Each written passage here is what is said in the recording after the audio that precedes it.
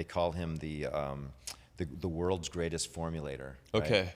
And Sean was looking at this tea in China, and they found that like these kids like had accelerated learning, and there was just all these like amazing benefits and longevity Okay. when they would drink this tea. And they found that the tea had a substance called Parazanthine. Okay. And so then they went and further studied, and they found that there's 3 metabolites of caffeine.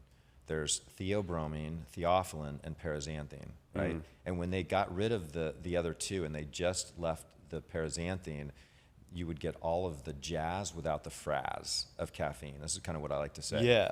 So in other words, paraxanthine could be a really good option for energy for people, especially if they're on a track to try and build muscle, if they're looking to be more anabolic, without activating all that cortisol, which is going to then inhibit your ability to make and grow muscle, right?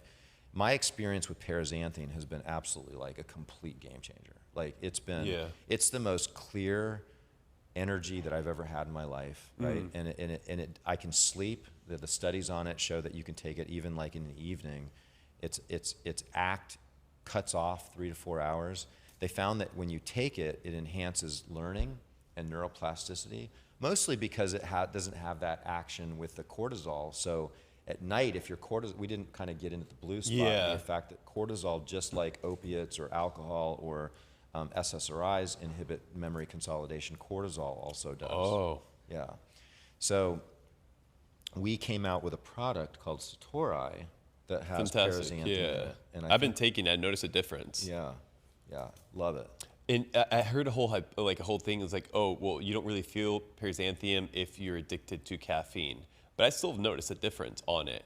My question for you is, can you bypass cortisol levels with coffee if you add like fats or lipids like butter or all that?